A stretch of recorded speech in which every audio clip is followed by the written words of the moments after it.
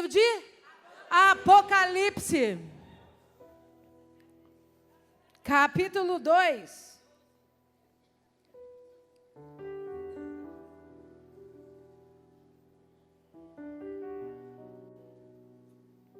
Apocalipse, capítulo 2, eu quero ler a partir do verso 12.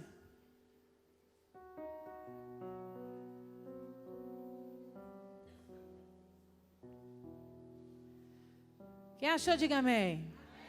Diz assim a palavra do Senhor para nós essa noite.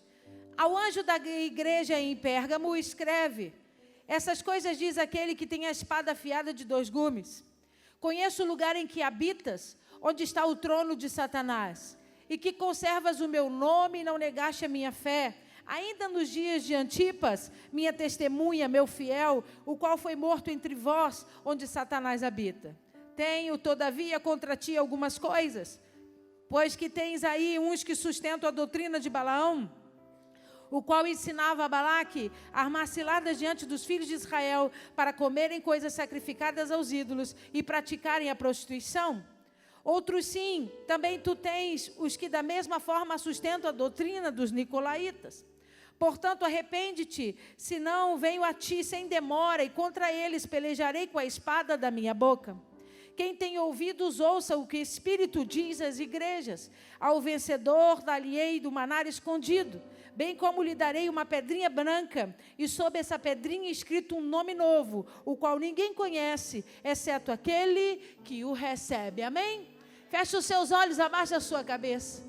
Poderoso Deus, em nome de Jesus, estamos reunidos nessa noite para ouvir a Tua Santa Palavra, mergulhar nela. Por isso, Pai, glorificamos o Teu nome, porque os selos foram desatados, o véu foi retirado e a revelação pode chegar até nós. Por isso, Deus, eu quero me colocar atrás da cruz de Cristo, a sombra do Onipotente. Eu quero te pedir, toma esse altar que é Teu de honra e direito, ministra sobre nós, para a glória, para a honra e louvor do Teu nome para sempre, no nome poderoso de Jesus. Amém, amém, amém. Você pode aplaudir ao Senhor? Aleluia! Nós começamos a estudar as 7 igrejas do Apocalipse, entendendo que cada uma delas faz parte de um período histórico da igreja, onde todas as 7 juntas vão descrever o período histórico da noiva de Cristo. Então, na primeira nós falamos de Éfeso, a igreja desejável, a igreja que era rica em conhecimento da doutrina, muito bem discipulada pelo apóstolo Paulo, viveu experiências poderosas. Jesus elogiou a igreja de Éfeso e pediu a ela que ela se posicionasse em relação ao primeiro amor novamente. Depois entramos no segundo período da história, onde falamos na terça-feira da igreja de Esmirna, a igreja perseguida, a igreja que enfrentou tribulação, blasfêmia, fome, necessidade, a igreja que pela boca de Jesus não recebeu uma só crítica, mas orientações para permanecer, vencer e continuar sendo a igreja, o sonho da igreja do coração de Deus.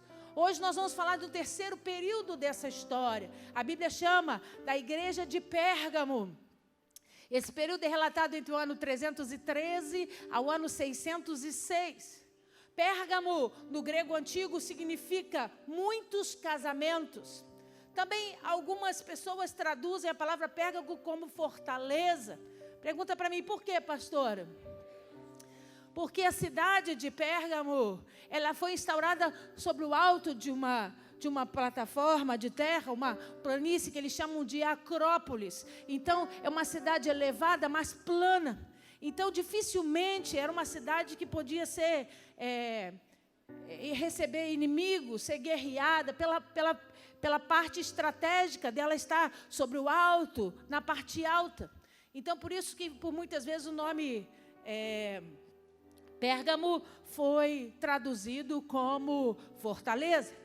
Pérgamo fica a 70 quilômetros da igreja de Esmirna e tinha algumas características muito interessantes. Trabalhava forte também no comércio, uma cidade muito rica, onde a tapeçaria era muito importante, as louças, as pinturas em louças valiam muito dinheiro, isso era uma obra do povo que vivia na cidade de Pérgamo. Mas o detalhe é que existia em Pérgamo a segunda maior biblioteca do mundo. A primeira era em Alexandria, estava sob o governo do Antigo Egito. E aí, quando a biblioteca de Pérgamo começa a crescer muito, e começa a chamar a atenção, e fazer com que pessoas se deslocassem de todo o mundo para Pérgamo, para poder ter acesso aos livros, né, às histórias, isso começou a gerar um certo ciúme em Alexandria, principalmente na biblioteca, no pessoal que trabalhava. E aí, o que o Egito fez? O Egito bloqueou o envio de papiro. O papiro é uma planta, uma plantação, de onde se extraía e se fazia o papel. Não tinha como se escrever naquela época, se não se utilizasse do papiro. Então, o que o Egito fez? Quero ver essa biblioteca crescer sem papel. Quero ver essa biblioteca crescer sem eles poderem produzir livros. E bloqueia o papiro. E aí, o que acontece com a igreja de Pérgamo? Com a cidade de Pérgamo? Eles entendem, nós não podemos parar. A gente precisa continuar. Então, eles começam a estudar e desenvolvem o pergaminho. O pergaminho é feito através da retirada da pele de animais, né? Ovelhas, cordeiros. Então, se retira a pele, deixa secar, e aí se forma o pergaminho, e ali se escreve. A verdade é que os livros chegaram a mim e a você, a Bíblia Sagrada chegou a mim e a você, porque o pergaminho foi feito. E aí as escrituras foram feitas principalmente dentro de pergaminhos e guardados dentro de vasos de barro. Então, principalmente livros extraordinários, como o livro de Isaías, foram encontrados não muito tempo atrás, né, dentro de vasos de barro completamente conservados. Então, a propriedade do pergaminho foi de extrema importância para que a gente pudesse ter essas referências hoje. E outro detalhe importante e curioso é que quando a Babilônia foi invadida pelos medos e persas, o sumo sacerdote babilônico fugiu para Pérgamo. Por que ele foge para lá? Você está aí? Por que ele foge para lá? Porque era um lugar que não tinha guerra. Era um lugar que não era invadido. Então ele diz, vamos para lá, que lá eles não vão alcançar a gente, lá eles não vão pegar a gente. Então eles vão para Pérgamo, ele e o clero todo.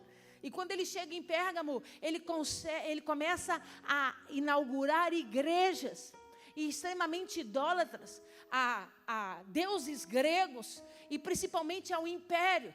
Porque a igreja de Pérgamo é que inaugura a ligação do Estado com a religião. Então nada mais se podia fazer só pela religião ou só pela ação do Estado. Agora as duas coisas se fundiam e se tornavam uma só. Você está me alcançando? Então não tinha como você adorar um Deus grego sem que você seguisse e obedecesse às ordens do Estado. E de onde vinham essas ordens? Do imperador.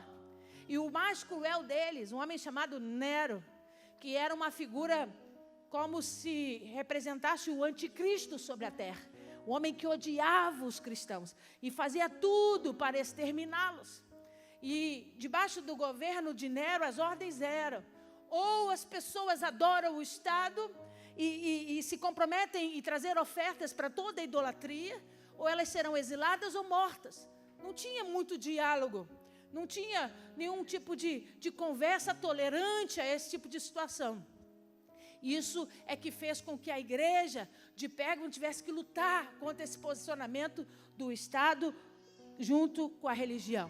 Quando o sumo sacerdote babilônico começa a implementar igrejas idólatras gregas, com influência de deuses gregos por todos os cantos, era igreja para Zeus, era igreja para Hera, para Afrodite, para Demétrios, para vários deuses. Existia uma em especial para um deus com nome estranho, chamado Esculápio. E esse deus, eles diziam que era o deus da cura. Ele carregava um bastão na mão, com uma serpente enrolada. E um lugar enorme de culto a esse deus. Pessoas vinham dos 4 cantos da terra para experimentar curas faraônicas, onde eles diziam que esse deus se materializava em serpente e operava as curas através de sonhos. O culto era engraçado, porque as pessoas entravam primeiro e participavam do banho, né? Da purificação. Depois, entregavam as suas oferendas, as comidas, no altar desse Deus. Depois, então, se preparavam para um sono, deitavam para o santo, dormiam. E durante a madrugada, à noite, ele se manifestava no sonho dessas pessoas, ou trazendo a cura da enfermidade, ou revelando o que precisava ser feito para que elas se curassem. Então, assim que essas pessoas acordavam, elas contavam a experiência que elas tinham, e depois vinha o preço que tinha que ser pago para que a cura se manifestasse. Aí, ofertas enormes, sacrifícios grandiosos, e foi assim a experiência desse Deus, esse Deus pagão, corrompido sobre a cidade de Pérgamo. Também não preciso dizer que a cidade o pergaminho tem o nome de pergaminho por conta da cidade de Pérgamo, que foi lá que ele foi desenvolvido. Amém? Põe as fotos para mim, por favor, Felipe.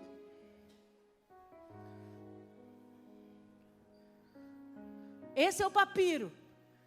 Ele tem um caule, tá vendo? Esse é bem novinho, mas esse caule, ele vai engrossando como o palmito. Sabe, o caule que dá o palmito, ele vai engrossando, engrossando, engrossando. Então, desse caule, eles vão raspando, tirando tiras. Põe a outra para mim. Passa para mim.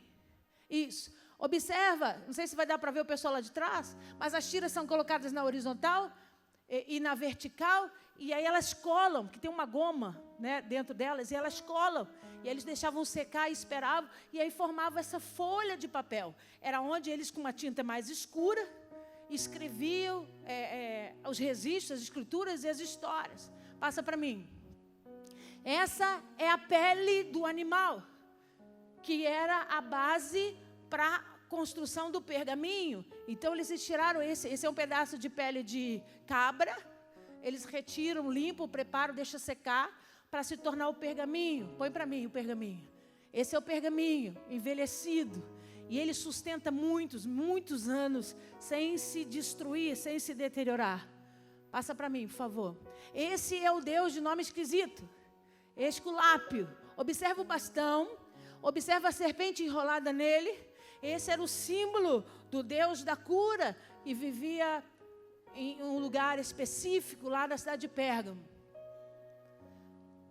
Todo esse campo era o terreno da idolatria desse Satanás. Olha o tamanho dessa igreja.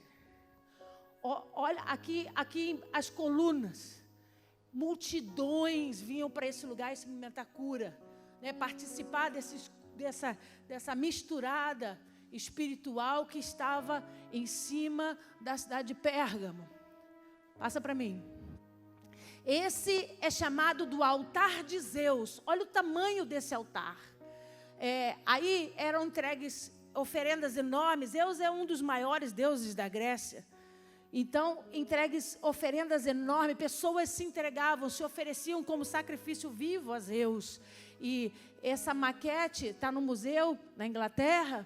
Mas eu trouxe exatamente a imagem para você ver o tamanho e a dimensão de um altar, de uma igreja idólatra grega. Passa para mim. Essa era a parte onde estava esse altar a Zeus. Você vê que fica bem no alto da coluna, acima de toda a cidade lá embaixo. Você está vendo? O que acontece com isso? Nós falamos isso, né? A idolatria sempre é instaurada no alto, para que ela esteja sobre o governo, sobre a cabeça, para que todo mundo que esteja embaixo esteja submetido ao seu poder e à sua obediência. Passa para mim. Essa é uma das outras construções de Demétrios, uma igreja idólatra também, outro deus grego, restos, né, que ainda sobrevive. Essa é um mapa antigo da cidade de Pérgamo. Olha a quantidade de gente subindo para o templo de Zeus. Está vendo aí? O altar de Zeus, esse quadrado mais embaixo. Olha a quantidade de gente indo em direção, oferecer sacrifícios a Zeus. Observa para mim, esse é o símbolo da Organização Mundial de Saúde. É o bastão do Esculápio e a serpente. Passa para mim. Todos os símbolos que envolvem cura, tem a serpente e o bastão. medicina, enfermagem, nutrição, veterinária, fisioterapia, farmácia, odontologia. Você está vendo? Porque a inspiração era os deuses gregos. E a referência tão forte desse Deus da cura sobre toda a história, né, da antiguidade. Passa para mim. Você consegue ver um quadrado preto? Essa é uma maquete da cidade. Essa é uma maquete da cidade de Pérgamo. Esse quadrado preto que está marcado ali para você é o tamanho da biblioteca. Olha o tamanho do prédio em relação a toda a cidade. Você está vendo? Era muito grande, muito material guardado sobre as referências históricas e também a parte da mitologia. Para aí um pouquinho. Então, observa comigo que não tinha para onde correr. É igual o Brasil, né? No Brasil, ou você é macumbeiro ou está macumbado. Não tem para onde correr. Não tinha para onde correr em Pérgamo. A cidade toda estava tomada pela idolatria. A cidade toda, em cada canto que você ia, tinha um monumento, tinha uma igreja enorme que recebia sacrifícios e adorava deuses pagãos. Então, assim, realmente existia um peso muito grande, espiritualmente falando, sobre a cidade, por causa dessas consagrações. Então, acompanhe a Bíblia Sagrada comigo.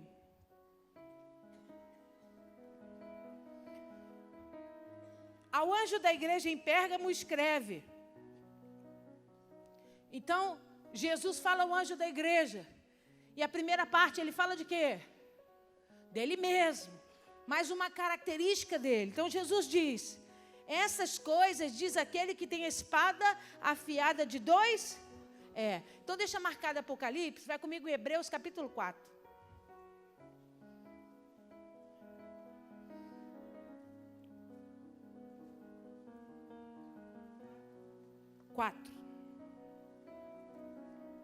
Hebreus capítulo 4, versículo 12.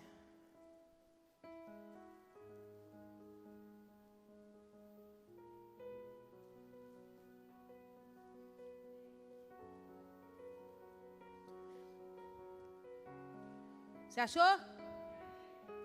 Diz assim: porque a palavra de Deus é viva e eficaz, e mais cortante do que qualquer espada de dois gumes, e penetra até o ponto de dividir a alma e o espírito, juntas e medulas, e é apta para discernir os pensamentos e propósitos do... Então volta lá para Apocalipse. Olha o que Jesus disse. Essas coisas diz aquele que tem espada afiada de dois. Então ele deixa claro uma das suas maiores características, o poder da palavra sobre ele. E ele diz, e esse poder é tão forte, que assim como a espada tem dois gumes, tem dois lados, ela corta dos dois lados. Ele diz, tem propósito para que ela seja desse jeito. Ele diz, ela tem função de separar as coisas. No texto que você leu em Hebreu, diz, separa a junta das medulas, né? O exemplo figurativo da espada cortando. Mas o que Cristo estava querendo dizer é que, através dele, a palavra tem poder de separar. Ele diz, discernir os pensamentos do coração. Então, o que Jesus estava querendo dizer? Eu sou aquele que pode, genuinamente, olha o que eu vou falar, julgar a história da sua vida. Porque em mim cabe a espada de dois gumes. E eu separo a intenção da verdade e o propósito do coração. Então ele estava dizendo, de mim ninguém zoa, de mim ninguém engana. Eu conheço, eu vejo e eu separo. Não tem como agir de má fé para comigo. Não tem como agir para me enganar. Os homens não têm esse poder, mas eu tenho. E eu consigo enxergar no íntimo tão profundo que separo a intenção do verdadeiro propósito. Então continua comigo. Ele diz assim, versículo 13: conheço o lugar em que habitas, onde está o trono de...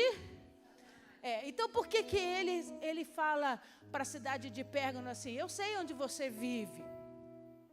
E essa parte do versículo 13, ele começa falando a respeito das coisas que ele sinaliza de forma positiva, né? Os elogios. Então ele diz assim, eu sei onde você mora. Era a mesma coisa que alguém dissesse assim, eu sei que você mora na Bahia. E amigo não é mole não. Ele estava dizendo, eu sei onde você mora. Eu vejo que o lugar onde você habita está o trono do Satanás. O que Jesus está dizendo? Olha a quantidade da idolatria, olha o casamento do Estado com a religião. Não se pode pensar em desobedecer e mais. A Bíblia diz para nós que a serpente, o antigo dragão, sempre foram símbolos do diabo. E uma das maiores buscas da cidade de Pérgamo é o encontro com o Esculápio, esse Deus da cura, que tinha o cajado rodeado com a serpente. Então, Jesus estava dizendo, eu sei que não é fácil viver onde você vive. Eu sei que você está rodeado da idolatria e rodeado das coisas que desagradam profundamente o coração de Deus. Então deixa eu começar a ministrar para você essa noite na autoridade do nome de Jesus. O Senhor sabe exatamente onde você está. E Ele sabe exatamente onde você habita. E que por muitas vezes, o que se encontra ao teu redor são sentenças de destruição e morte. Porque assim era com o povo de Pérgamo. O trono de Satanás, a própria serpente do mal habitava ali. A pressão, a dificuldade de viver num lugar desse é muito grande. Eu não sei você, mas eu tenho visão espiritual. E quando eu botei o meu pé em Salvador, na Bahia, eu amo a Bahia, meus irmãos da Bahia, Gerson está lá, em nome de Jesus, né? Nosso baiano cheio de fogo de poder. Mas, amigo, não precisa ser muito espiritual para ver demônio, não. Sangue de Jesus tem poder. E eu desci. Quando eu pisei lá, o Senhor falou para mim assim, olha tudo, conhece a terra, mas não se mete com nada em nome de Jesus. Porque o bagulho é doido. Aí deixa eu te contar um negócio. Eu fui almoçar e falei, cara, onde é que eu vou comer? Tudo que era restaurante tinha nome estranho. E eu falei, pelo amor de Deus, Jesus, mostra aí algum restaurante. Aí cheguei no lugar... Estava comida da tia Maria, alguma coisa assim, não me lembro exatamente o que era. Aí eu falei para minha mãe, é o menos pior, é aqui que nós vamos ficar. E aí, sentamos no restaurante para comer e realmente, amigo, nunca comi uma moqueca tão gostosa da minha vida. E deliciosa, estava tudo perfeito, nada, não tinha pimenta demais, aqueles condimentos muito fortes, estava tudo muito gostoso, saboroso. Saí do restaurante... 20 minutos depois, pastor Fábio me liga, porque ele não estava na viagem, né? O que você está fazendo? Eu falei, que isso, gente? Que agressividade. Onde que você está? Eu falei, agora, estou passeando pela cidade de Salvador. Ele disse, eu sei, Érica. Mas onde é que você estava? Eu falei, acabei de sair do restaurante, gente. Porque hoje inventaram um demônio que quando a gente gasta o cartão de crédito, manda mensagem para o celular. E aí eu paguei o almoço, a mensagem chegou lá para o pastor Fábio no Rio de Janeiro. E aí ele falou, eu sei, acabei de ver aqui, chegou. E eu falei, gente, ele está brigando por causa do almoço, estou acreditando nisso, né? Eu falei, mas o que é? Qual que é o problema? Ele falou, você viu onde você almoçou? Eu falei, claro, o cantinho da tia Rosa, da tia Maria, sei lá o que era. Aí ele falou assim, apareceu aqui para mim, Camafeu de Oxóssi.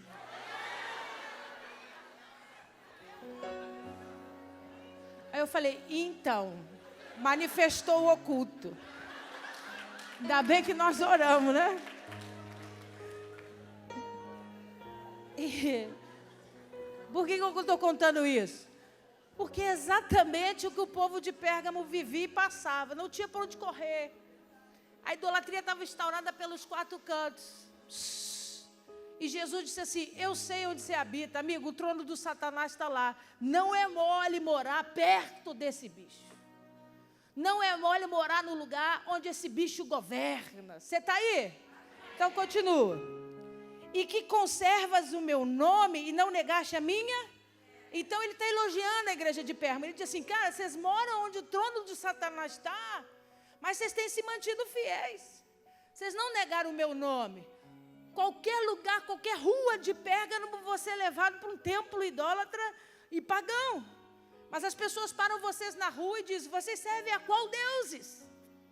E vocês têm respondido: nós seguimos a um só, Jesus Cristo de Nazaré.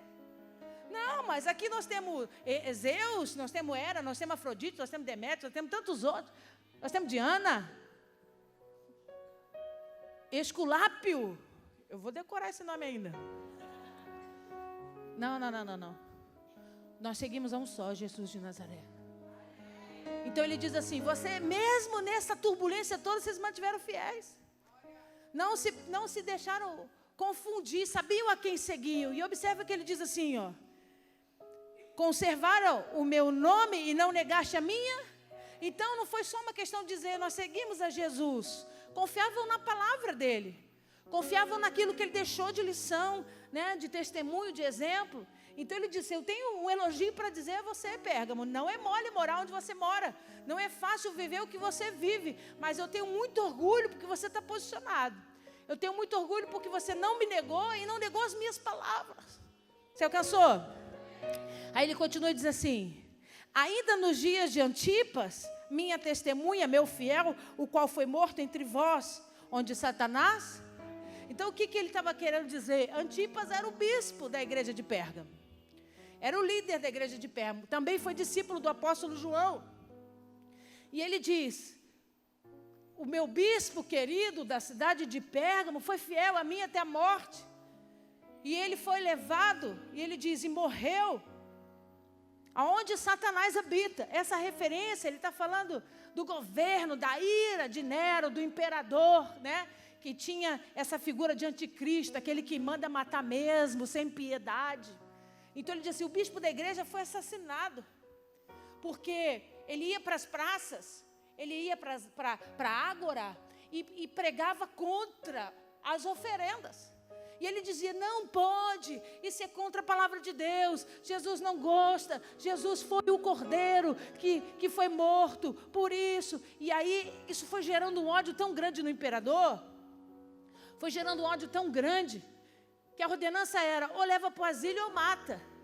Mas não adiantava levar o bispo Antipas para o exílio. O desejo era exterminar com aquela voz profética que ecoava contra aquilo tudo, que gritava contra o trono de Satanás. Então eles mandam matar o bispo. E aí o que eles fazem? Eles levam o bispo para a igreja idólatra de Diana, que era a deusa da caça. Agora devolve aquela foto para mim. Onde tinha um touro enorme de metal. Tinha uma porta que abria na lateral desse bicho. Eles entravam com as pessoas por dentro desse animal. E esse animal encandecia, né? Tinha muito fogo debaixo dele. E as pessoas que ali eram sentenciadas à morte morriam queimadas, mas aos poucos, sabe? Era um sacrifício lento e muito doloroso. Mas alguns estudiosos disseram que antes dele entrar no touro, o bispo fez uma oração pedindo a Deus que tivesse misericórdia da sua alma e que confirmasse a vitória da igreja em Pérgamo, e colocaram ele lá para morrer. E depois que tudo acabou, eles liberaram o corpo do bispo para ser enterrado. E quando os discípulos da igreja chegam lá para retirar o corpo do bispo está intacto. Ele morreu, mas não tinha uma queimadura sobre o seu corpo. Porque maior é o fogo que está dentro do que o que queima pelo lado de fora. Aleluia!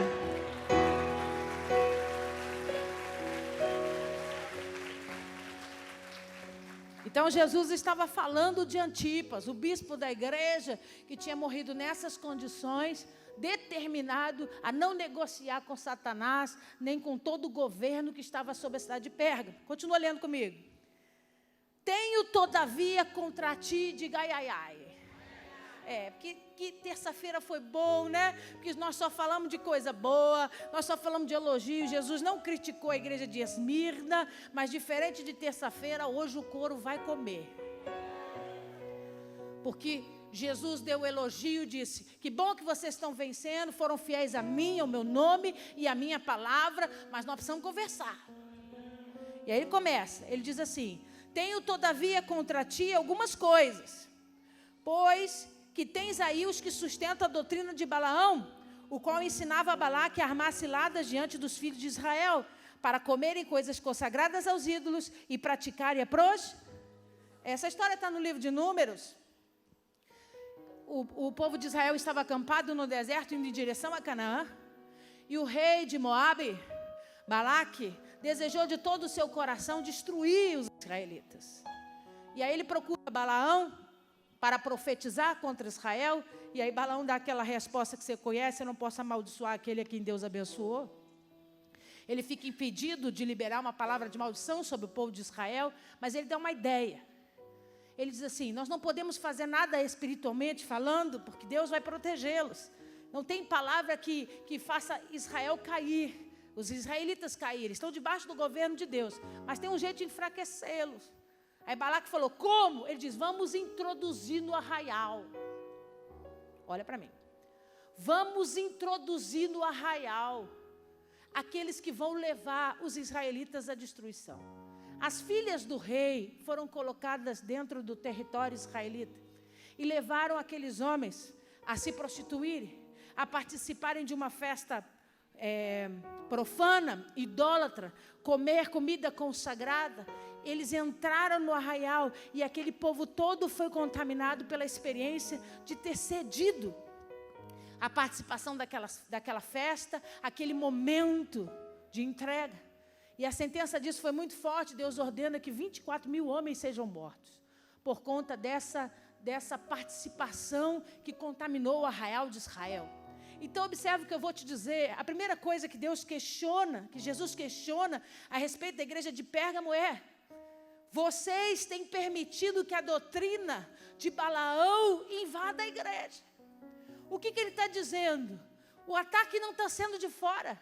Vocês não estão sendo perseguidos como a igreja de Esmirna era. Vocês não estão nesse nível de perseguição. Apesar do Império Romano estar com força total e trabalhando o governo e a religião para que os cristãos não cresçam, a verdade é que o inimigo não estava fora, o inimigo estava dentro. O que vocês têm sustentado, a força do inimigo do lado de dentro. O diabo, o trono de Satanás só orientou para que o inimigo adentrasse e enfraquecesse a igreja de dentro para fora. Então observa bem o que eu vou te dizer na autoridade do nome de Jesus. A gente está muito preocupado com os golpes que vêm de fora, e hoje é noite da gente parar e começar a olhar que as primeiras brechas são ser fechadas aqui dentro, onde a influência mundana não pode ter vez dentro de nós. Aquelas mulheres entraram, seduziram os homens de Israel, e uma das maiores leis era que eles não podiam se envolver com mulheres idólatras. Eles não podiam se relacionar com mulheres que não fossem do acampamento de Israel. Mas eles dormiram com elas, eles se prostituíram com elas, eles beberam, eles curtiram a festa, eles viveram momentos de completa imoralidade. E aí, todo o arraial foi contaminado. Deixa eu dizer uma coisa para você, na autoridade do nome de Jesus, nós precisamos arregalar bem o canto branco do nosso olho. Porque se desejamos de fato sermos a noiva, a igreja, precisamos entender, temos um marido só. Não podemos casar com um e dormir com outros. Não podemos trocar aliança com um e nos perder com outros. Ou nós somos de um só marido, ou vamos ser como Pérgamo, a igreja de muitos casamentos, muitas alianças. Declaravam Jesus com a sua boca, defendiam a palavra de Jesus, mas gostavam das coisas do mundo.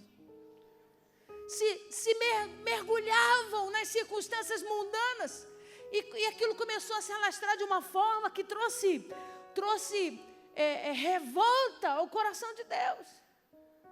Porque o mais difícil era viver a tribulação de fora para dentro. Mas eles estavam sendo vencidos de dentro para fora. É aquele irmão que diz que é crente, que fala de Jesus, que usa a camisa de Jesus, que senta do teu lado e diz assim: não tem nada a ver você ter relação antes do casamento.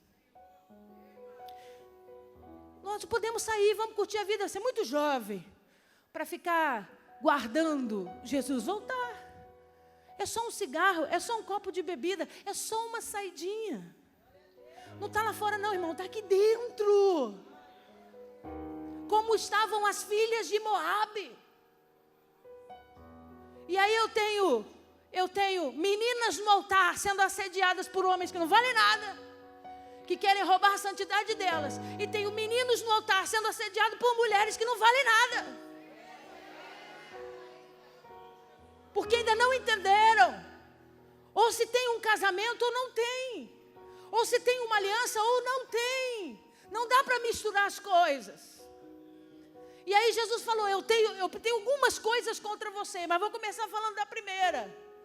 Vocês estão permitindo que esse espírito de Balaão, a doutrina, alcance vocês. Vira para esse irmão que está ao seu lado e diga para ele, não dá não. Diga para ele, porque Jesus tem na boca a espada de 2 gumes. Olha para mim. Pastor, o que isso significa? Ninguém vai se manter escondido em pornografia, imoralidade e transgressão sem que o Espírito do Senhor veja. Porque a espada vem e vai arrancar e vai separar. Você entendeu? Diga amém. Eu vou correr. Continua lendo aí comigo. Ele diz, versículo 15. Outros assim também tu tens, os que da mesma forma sustentam a doutrina dos nicolaítas. Lembra de Éfeso? Ele elogiou Éfeso e disse assim, pô, eu tenho muito orgulho de você, porque você não suporta a doutrina deles e eu odeio eles.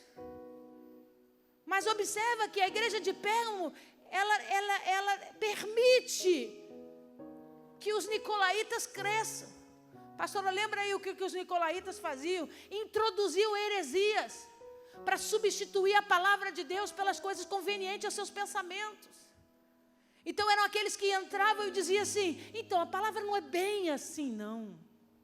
Não precisa ser radical ao pé da letra. A gente pode tirar essa palavra aqui, ó. A gente pode tirar aquela palavra ali e vai funcionar. E Jesus disse assim, eu odeio os nicolaítas. Porque o livro de Apocalipse diz, ai daquele que retirar um tio, ai daquele que retirar um i da minha palavra. Então ele condena a igreja em 2 formas. Ele condena a permissividade, o acesso liberado do mundo sobre ela e o não questionamento das heresias. O não questionamento de observar essa fragilidade e trazer a responsabilidade e dizer, não querido, olha só, desculpa, mas não é isso que a palavra de Deus diz. Porque a Bíblia diz assim, ou o teu sim seja sim, e o teu não seja, não dá para ser meio termo. Então Jesus condena a igreja de Pérgamo e te diz, o bagulho está doido, está uma bagunça generalizada, mas quando vocês vão para a rua, vocês dizem, nós somos de Jesus, nós somos de Jesus, E ele diz, Sodoma e Gomorra está dentro da igreja. O mundo cresce dentro da igreja. Eu entendo que é bom louvar o meu nome. Eu entendo que é bom dizer que serve a mim. Eu entendo que é bom guardar as minhas palavras. Mas começa a entender que tem que ser do jeito que eu quero. Continua as escrituras.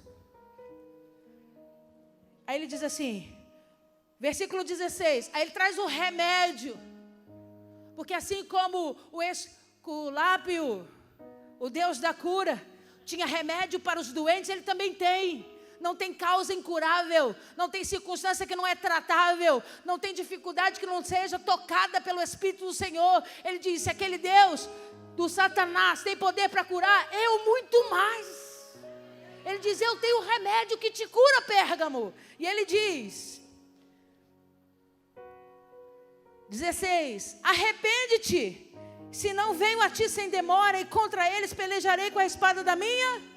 Ele diz, dá tempo ainda. Reconhece que você fraquejou, reconhece que você deu bobeira, reconhece que você foi influenciado, reconhece que você se desligou um pouquinho e entrou na onda dos outros, ainda dá tempo. Ele diz, porque se você não fizer isso, eu vou fazer. E o problema é que quando eu faço, eu trago a luz. Você entendeu o que eu disse? Eu não vou trabalhar em você no oculto, no escondido, para ninguém ver não.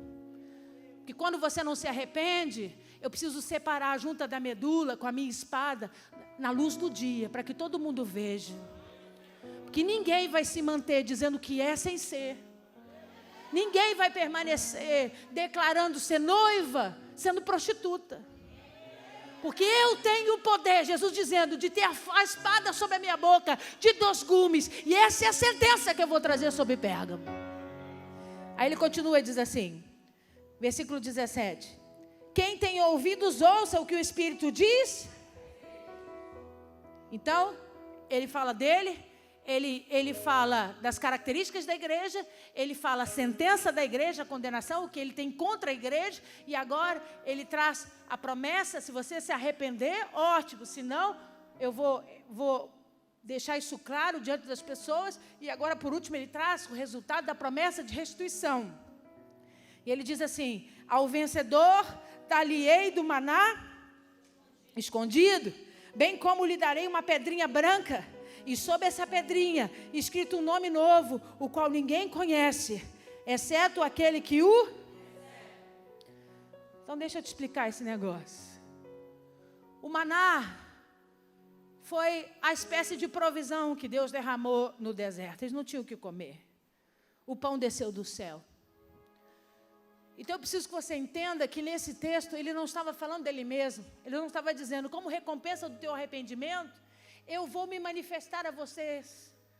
Ele não era o maná escondido. Ele não era o pão que desceu do céu escondido. Pergunta para mim, por quê, pastora? Porque ele já tinha se revelado. Ele já tinha morrido, ele já tinha ressuscitado, e ele já tinha deixado claro às pessoas qual era o fundamento da sua vinda, qual era o propósito da sua vida e o resgate que ele veio cumprir. Então ele não estava falando de Jesus. Esse maná fala de uma provisão que não fica exposta a qualquer pessoa. Eu se fosse você prestava bem atenção.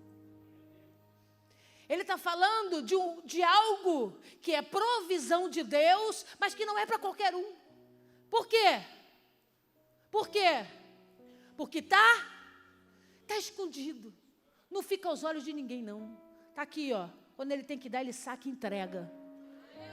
Ele saca e entrega. Não é igual do teu irmão, não é da forma que o teu irmão recebeu, é do jeito que ele quer te dar. É uma provisão especial, é algo específico, está escondido. Não é para qualquer um olhar e desejar, não. Ele dá para quem ele quer. E ele está dizendo, Pérgamo, se você se arrepender, e se a emuná de Deus tomar você de uma forma, onde você reconhece os seus erros, mas diga daqui para frente, não, eu não vou mais me contaminar, eu não vou ter outros casamentos, porque eu sou noiva de Cristo, eu vou permanecer com Ele, com a palavra dEle, vivendo os ensinamentos dEle. Pérgamo, se você decidir viver essa vida, eu derramo sobre você uma provisão que ninguém nunca viu antes.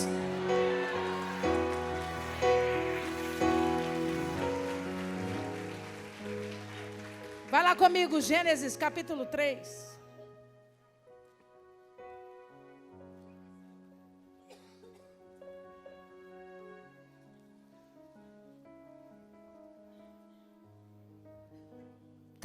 Verso 19.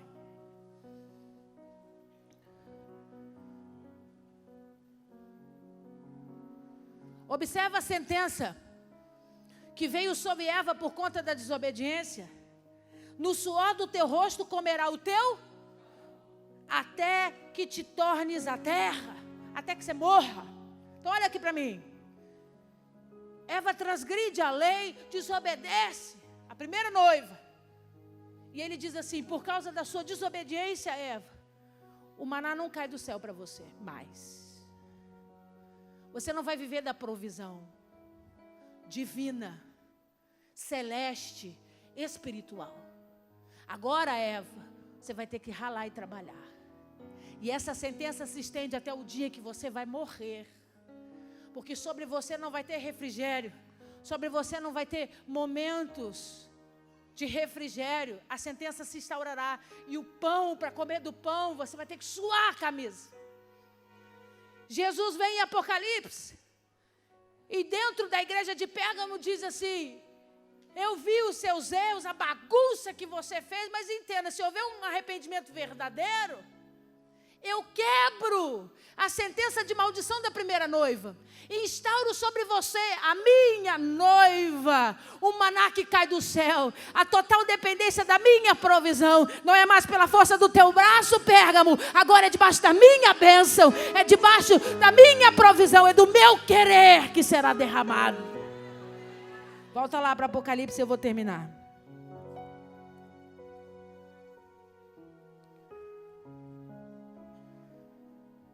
E aí ele diz assim: ao vencedor darei o maná escondido, bem como lhe darei uma pedrinha branca, e sobre essa pedrinha escrito um nome novo, o qual ninguém conhece, exceto aquele que o... Então observa comigo, que ele relata duas características que ele condena sobre a igreja de Pérgamo. Mas quando ele vai restituir, ele restitui duas coisas também. Pastor, o que significa isso? Significa que são comportamentos diferentes. Ele não estava falando da mesma coisa, da mesma ação. Olha o que você faz. Senhor, perdoa os meus pecados em nome de Jesus, amém. Ele estava dizendo, não, uma coisa é uma coisa, outra coisa é outra coisa. Uma coisa é permissividade, uma coisa é o teu casamento com o mundo, uma coisa é você se deixar envolver com as coisas terrenas, que eu abomino.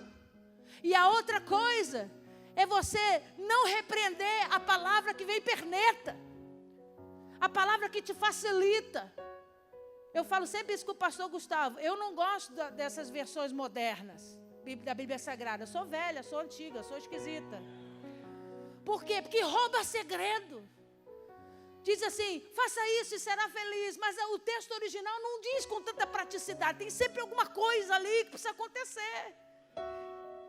Entenda, não vamos facilitar o evangelho para você viver. Você que tem que se moldar o evangelho. Você que tem que entender a palavra, entender as razões de Deus, entender o conceito de Deus e mergulhar nela. Então ele estava dizendo para a igreja de Pérgamo, não confunda as coisas, não mistura, não são coisas iguais, são diferentes, com pesos diferentes para mim. Mas se você se arrepender das duas, e a emuná de Deus tomar você de uma forma, onde você vai se tornar firme, e não vai mais cair nessas duas áreas, eu vou trazer provisão sobre a tua vida. Uma provisão poderosa, separada, escondida, que eu tenho só para você. Mas ele diz, mas eu também tenho restituição sobre o outro compromisso que você se arrependeu. E ele diz, eu vou te dar uma pedrinha branca. Aí quando eu li isso alguns anos atrás, que eu não entendi o que era, eu falava assim, para que eu vou criar uma pedrinha branca? O que você faz com uma pedrinha branca? Fala para mim. Que a gente taca na cabeça de quem perturba. O que você faz com uma pedrinha branca? Eu fiquei pensando, Jesus, tanta coisa para dar, tanta coisa. Por que uma pedrinha branca? Porque naquela época, a pedrinha branca funcionava como um documento, um documento de absolvição. Então, se você ia a um tribunal ser julgado, tinham duas cestas com pedras sobre a mesa, uma com pedras pretas e outras com pedras brancas. E os juízes pegavam aquelas pedras e mostravam a sentença. Se era acusado, a pedra preta. Se era inocentado, a pedra branca. Os escravos, quando eram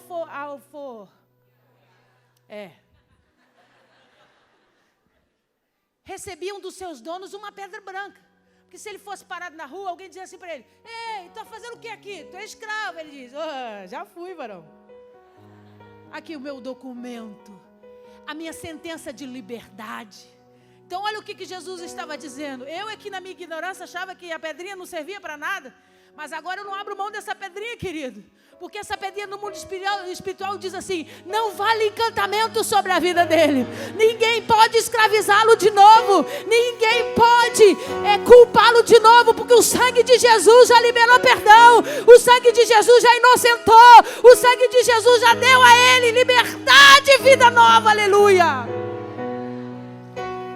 Aplauda ao Senhor.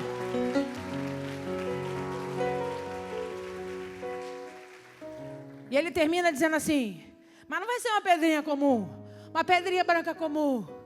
Nela vai estar escrito o quê? Um nome novo. Toda vez que Deus mudou nome de homens na Bíblia Sagrada, Ele não transformou apenas a nomenclatura, Ele transformou destinos. Ele tira Abrão e transforma em Abraão para ser pai de multidões. Porque o Abrão, o nome, carregava as referências idólatras da sua casa, da sua família. As histórias do passado, mas o Abraão não. O Abraão foi gerado para viver um destino. E Deus estava dizendo, se você se posicionar, Pérgamo, eu vou te dar um documento de liberdade, um documento que anula toda a condenação sobre a tua vida, mas as pessoas vão saber que eu dei a você um novo destino. Pastor, o que Jesus estava querendo dizer? A partir do momento que você se posiciona e que você diz, não vão fazer bagunça na minha vida, não. Porque eu decidi ser noiva. Não vão mais fazer bagunça na minha vida, não. E Jesus olha para você e vê o teu posicionamento. Ele diz assim, agora eu posso te dar um destino segundo o meu coração. Agora eu posso te revelar uma obra. Agora eu posso te revelar um chamado. Algo que é exclusivo. E observa que ele diz, só vai saber quem receber. Pergunta para mim por quê? Porque destino não interessa para ninguém, a não ser para o próprio dono, aquele que vai experimentar e vai viver. Então deixa de ser bobo e sair por aí abrindo a tua boca e dizendo para as pessoas o que Deus disse que faria da sua vida. Porque o novo nome determina o destino e é para você viver. Então guarda ele como segredo, guarda ele como algo precioso, é seu. Foi decreto de Deus para a tua vida. Pastor, o que a senhora quer dessa noite para nós? Eu quero que você entenda, amigo. Nós estamos vivendo momentos onde a igreja tem sido inflamada por influências mundanas. E a gente tem que vigiar 24 horas por dia, porque no dia que nós estivermos fracos, a probabilidade de cairmos é muito grande. E Deus está dizendo para nós, eu escolhi você, Pérgamo, para fazer diferença, não para ser como todos os outros. Mas eu sou um Deus que corrijo, mas que trago o galardão.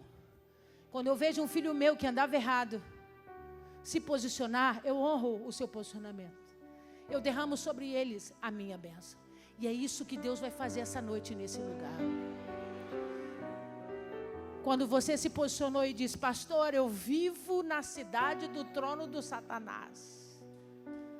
Eu vivo rodeado de idolatria, de coisas que são abominação para Deus, mas eu estou aqui firme, fiel a Jesus, fiel à palavra de Jesus.